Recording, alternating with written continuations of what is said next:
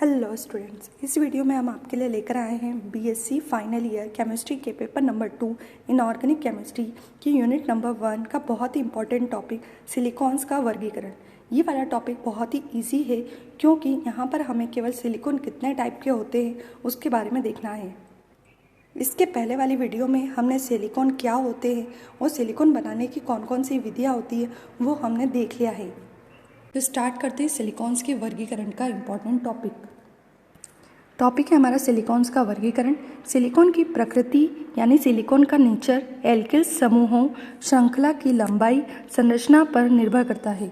कोई सा भी अगर सिलिकॉन है तो वो कैसा होगा वो 2-3 चीज़ों पर डिपेंड करेगा, जिसमें पहला है आपका एल्किल समूह, दूसरा है आपका श्रृंखला की लंबाई। एल्किल समूह यानी उसमें कौन सा आर ग्रुप जुड़ा हुआ है, श्रृंखला की लंबाई यानी आपका सिलिकॉन कितना लंबा है, और संरचना यानी आपका जो सिलिकॉन है उसकी संरचना कैसी है, उसका स्ट्रक्चर कैसा है। इन तीनों चीज़ों पर आपके सिलिकॉन की प्रकृति निर्भर करती है और इन तीनों चीज़ों के आधार पर ही सिलिकॉन को निम्न वर्गों में विभाजित किया गया है। तो अब हम देखते हैं सिलिकॉन का वर्गीकरण में पहली हेडिंग है आपकी उच्च तापीय सिलिकॉन। तो सबसे पहले हम देखते हैं उच्च तापीय सिलिकॉन दिखाई कैसा देता है। मैं आपको एक बार उसका स्ट्रक्चर दिखा देती हूँ, फिर हम उसके पॉइंट्स पढ़ेंगे। इस तरह से ये वाइट कलर का जो दिखाई दे रहा है इसे हम उच्च तापीय सिलिकॉन बोलते हैं। अब हम देखते हैं उच्च तापीय सिलिकॉन क्या होता है। उच्च तापीय सिलिकॉन का जो फर्स्ट पॉइंट आपको दिखाई दे रहा है, यहाँ पर उच्च तापीय सिलिकॉन को कैसे बनाया जाता है वो पॉइंट लिखा हुआ है। देखो क्या लिखा है, एल्यूमिनियम व टीआई के हैलाइड की उपस्थिति में कार्ब सिलिकॉन हैलाइड का जल अपघटन करने पर हमें उच्च तापीय सिलिकॉन प्राप्त होते हैं। यानी हमें क्या लेना है, हमें लेना है carb silicon halide. Carb silicon halide का हमें क्या करना है, जल अपघटन करना है। यानी कार्ब सिलिकॉन हैलाइड की हमें जल के साथ अभिक्रिया करानी है और किसकी उपस्थिति में करवानी है, एल्यूमिनियम या टीआई के हैलाइड की उपस्थिति में। जब हम अभिक्रिया कराते हैं तो हमें उच्च तापीय सिलिकॉन प्राप्त होता है। देखते हैं सेकंड पॉइंट। सेकेंड है यह सिलिकॉन विद्युत द्वारा गर्म श्वेत तप्त तार के संपर्क में भी अपरिवर्तित रहते हैं। यानी ये वाले सिलिकॉन इस तरह से होते हैं कि यदि हम इसमें बहुत ज़्यादा विद्युत धारा या इलेक्ट्रिसिटी पास करें जिसके कारण वो सिलिकॉन बहुत ज़्यादा गर्म हो जाएगा और श्वेत तप्त हो जाएगा, उस समय भी ये वाले सिलिकॉन जो होते हैं वो अपरिवर्तित रहते हैं, यानी उसमें कोई चेंज नहीं आता है। उसके बाद अगला पॉइंट है सिलिकॉन के स्ट्रक्चर का। ये वाले सिलिकॉन जो होते हैं वो रेखीय या चक्रीय हो सकते हैं, यानी सीधी लाइन वाले हो सकते हैं या चक्राकार हो सकते हैं। उसके बाद है एल्यूमिनियम या टीआई परमाणु की उपस्थिति में इन सिलिकॉन के तापीय स्थायित्व में वृद्धि हो जाती है। देखो अभी हमने फर्स्ट पॉइंट में देखा था उच्च तापीय सिलिकॉन बनाने की विधि। ये वाली विधि के अंदर हमने क्या लिया था, एल्यूमिनियम और टीआई लिया था। ये हमने इसलिए लिया था क्योंकि यदि सिलिकॉन के अंदर एल्यूमिनियम और टीआई में से कोई सा भी एक एलिमेंट उपस्थित होता है तो उस सिलिकॉन के तापीय स्थायित्व में वृद्धि हो जाती है, यानी उसके बाद वो वाला सिलिकॉन बहुत ज़्यादा टेम्परेचर सहन कर सकता है। सबसे लास्ट में यहाँ पर एक टाइप के उच्च तापीय सिलिकॉन का स्ट्रक्चर है जो आपको बनाना होगा। Oxygen silicon, oxygen aluminium, oxygen silicon, oxygen aluminium. यानी एक बार आपको ऑक्सीजन के साथ सिलिकॉन जोड़ना है और एक बार आपको ऑक्सीजन के साथ एल्यूमिनियम जोड़ना है। इस तरह से आपको चेन बनानी है। ऑक्सीजन सिलिकॉन ऑक्सीजन एल्यूमिनियम की चेन बनाने के बाद जहाँ जहाँ पर आपका सिलिकॉन हो वहाँ पर आपको ऊपर और नीचे CH3 ग्रुप जोड़ना है। देखिए जहाँ जहाँ SI है वहाँ आपको 2 CH3 जोड़ना है और जहाँ जहाँ एल्यूमिनियम है वहाँ आपको नीचे के साइड 1 CH3 जोड़ना है। इस तरह से बनेगा आपका उच्च तापीय सिलिकॉन। अब हम चलते हैं सिलिकॉन के दूसरे टाइप की तरफ जिसका नाम है सिलिकॉन रेजिन। सबसे पहले मैं आपको सिलिकॉन रेजिन का स्ट्रक्चर बताती हूँ कि वो दिखता कैसा है। इस तरह से आपका सिलिकॉन रेजिन होता है। अब इसके अंदर कौन कौन से गुण होते हैं वो देखते हैं। सबसे पहले सिलिकॉन रेजिन के बनाने की विधि ही लिखी हुई है। CH3 ट्वाइस SiCl2 का जल अपघटन से प्राप्त मिश्रण का बहुलीकरण करने पर प्राप्त दृढ़ बहुलक ही सिलिकॉन रेजिन कहलाता है। सबसे पहले आपको क्या लेना है, CH3 ट्वाइस SiCl2।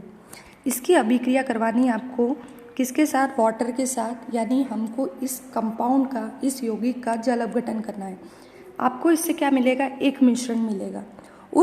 उस मिश्रण का जब हम बहुलीकरण करवाएंगे, यानी उस मिश्रण में से जब हम एक के बाद एक चेन जोड़ते जाएंगे तो हमें एक दृढ़ बहुलक मिलता है जिसे हम सिलिकॉन रेजिन बोलते हैं। समझ में आ गया?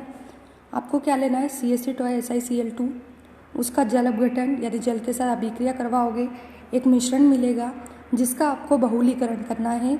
उस समय जो आपको बहुलक मिलेगा उसे हम सिलिकॉन रेजिन बोलेंगे।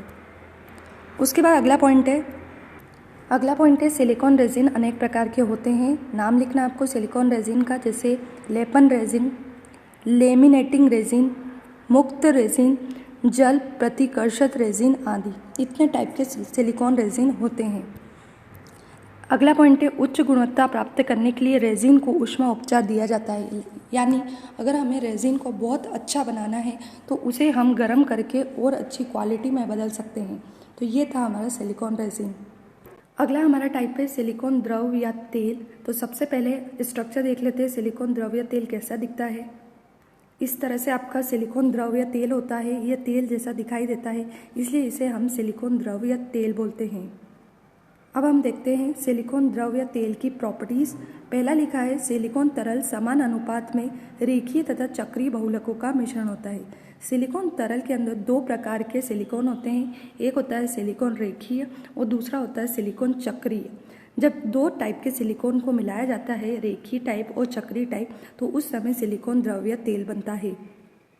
दूसरा पॉइंट है बड़े पैमाने पर इसे निरंतर विधि द्वारा बनाते हैं। यदि हमें सिलिकॉन द्रव या तेल इंडस्ट्री में बनाना है या बनता है तो उसे निरंतर विधि द्वारा बनाया जाता है। उसके बाद विधि दे रखी है कि सिलिकॉन द्रव या तेल को यदि हम निरंतर विधि से बनाते हैं तो इंडस्ट्री में उसे बनाने के लिए हमें डाइक्लोरो डाइमिथाइल सिलेन लेना पड़ता है। इस विधि में हम डाइक्लोरो डाइमिथाइल सिलेन को स्थिर क्वाथी हाइड्रोक्लोरिक अम्ल विलयन को मिलाकर एक पंप में मिलाकर ऊष्मा परिवर्तक में कांच के छल्ले से भेजते हैं। यानी हमें क्या करना है, यहाँ पर हमें सिलिकॉन द्रव बनाने के लिए डाइक्लोरो डाइमिथाइल सिलेन लेना है, उसमें मिलाना है हमें हाइड्रोक्लोरिक अम्ल। इन दोनों को मिलाकर हम एक पंप में मिक्स करते हैं और मिक्स करने के बाद ऊष्मा परिवर्तक में कांच के छल्ले से भेजते हैं। अगला पॉइंट है सिलिकॉन तरल के क्वथनांक और सांद्रता श्रृंखला की लंबाई में वृद्धि के साथ वृद्धि करते हैं। जैसे जैसे सिलिकॉन की लंबाई बढ़ती है वैसे वैसे उसके क्वथनांक और सांद्रता भी बढ़ती जाती है। उसके बाद है सिलिकॉन का अगला टाइप जिसे हम बोलते हैं सिलिकॉन रबर। सिलिकॉन रबर हमें इस तरह से दिखाई देता है। अब हम देखते हैं सिलिकॉन रबर के गुण।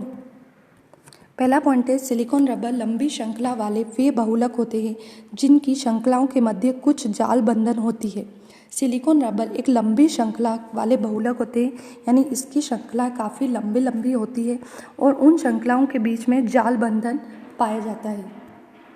सेकंड पॉइंट लिखा हुआ है इनकी श्रृंखला में 6000 से 6 लाख तक की यूनिट सिलिकॉन की पाई जाती है। यानी ये बहुत लंबे होते हैं, इसके अंदर 6000 से लेकर 6 लाख तक सिलिकॉन उपस्थित हो सकते हैं। अगला पॉइंट है सिलिकॉन रबर 400 डिग्री सेल्सियस ताप पर 200 घंटे तक सहन कर सकती है। यानी ये बहुत ज़्यादा ताप सहन कर सकता है। यदि हम 200 घंटे तक लगातार इसे 400 डिग्री ताप देते रहें तो भी इसमें कोई परिवर्तन नहीं आता है। यानी ये बहुत ज़्यादा ताप को सहन कर सकता है। सिलिकॉन रबर की आकृति और प्रत्यास्थता स्थायी होती है, यानी इसकी आकृति एक बार जो बन जाती है वो कभी भी परिवर्तित नहीं होती है क्योंकि इसकी आकृति स्थायी होती है। सबसे लास्ट पॉइंट है उच्च अणुभार वाले सिलिकॉन सामान्यतः मोम जैसे या रबर जैसे होते हैं। इनका नाम ही इसलिए रखा है सिलिकॉन रबर क्योंकि ये मोम जैसे या रबर जैसे दिखाई देते हैं, जैसा मैंने आपको डायग्राम में बताया। सबसे लास्ट टाइप है सिलिकॉन ग्रीस। सबसे पहले हम इसका डायग्राम देख लेते हैं। इस तरह से सिलिकॉन ग्रीस दिखाई देता है। इस तरह से ये बहुत सारे काम में आता है और इसके अंदर बहुत सारी प्रॉपर्टीज होती है। पहला पॉइंट है सिलिकॉन तरल एवं पूरकों द्वारा अनेक प्रकार के सिलिकॉन ग्रीस बनाए जा सकते हैं। यानी सिलिकॉन द्रव या तेल का यूज़ करके हम बहुत सारे सिलिकॉन ग्रीस बना सकते हैं। सिलिकॉन ग्रीस को बनाने के लिए दूसरा पॉइंट है सिलिकॉन ग्रीस को बनाने के लिए सिलिकॉन तेल को कार्बन ब्लैक या विशेष साबुन के साथ मिश्रित करते हैं। सिलिकॉन ग्रीस अगर हमें बनाना है तो उसे के लिए हम सिलिकॉन तेल लेते हैं उसको हम कार्बन ब्लैक या अलग टाइप के साबुन के साथ मिश्रित करके बनाते हैं। इस तरह से सिलिकॉन ग्रीस बनाए जाते हैं। अगला है सिलिकॉन ग्रीस वैसलीन जैसे पदार्थ होते हैं। देखा है मैंने आपको, डायग्राम दिख रहा होगा वो कैसे वैसलीन की तरह दिखाई देते हैं। सबसे लास्ट पॉइंट है -40 डिग्री सेल्सियस पर भी ये ठोस तथा 200 डिग्री सेल्सियस पर ताप पर भी ये द्रवित नहीं होते, यानी ये इतना ज़्यादा ताप सहन कर सकते कि -40 में जाने पर भी ये ठोस नहीं बनते और 200 तक यदि हम उसको गर्म करें तो भी ये लिक्विड में नहीं बदलते हैं। यानी -40 पर या 200 डिग्री सेल्सियस पर भी इनकी अवस्था में कोई बदलाव नहीं आता है। तो इस तरह हमने देखा सिलिकॉन्स के वर्गीकरण का बहुत ही इंपॉर्टेंट टॉपिक। आई होप आपको क्लियर हो गया होगा। अब हम मिलते हैं नेक्स्ट वीडियो में नेक्स्ट इंपॉर्टेंट टॉपिक के साथ। Thank you.